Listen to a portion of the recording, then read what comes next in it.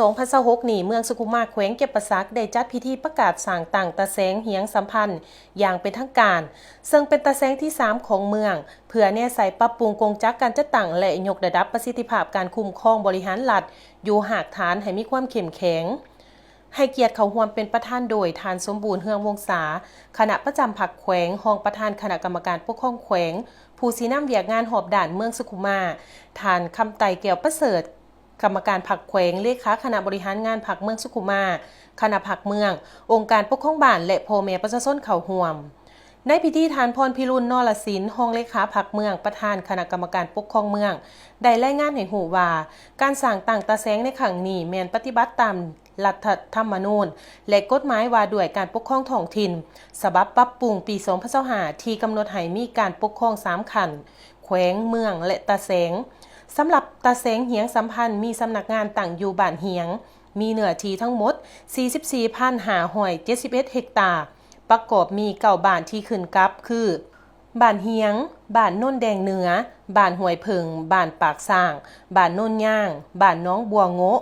บ้านโคกสว่างบ้านทาหลวงและบ้านโคกกองมีพลเมืองทั้งหมด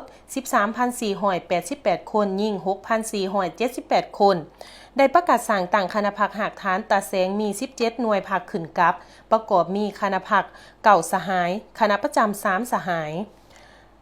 ด้านกงจักบริหารมีหน่วยงานวิชาเฉพาะคือบริหารปกครองเศรษฐกิจการเงินวัฒนธรรมสังคมปกสปกสและองค์การจัดตั้งภาคองค์การจัดตั้งมหาชนโดยมีพนักงานสังกัดรัฐประจำการทั้งหมด13ฐานยิ่ง3ฐานพร้อมนี้ในพิธียังได้ผ่านขอตกลงแต่งตั้งบุคลากรลักแรงประกอบมี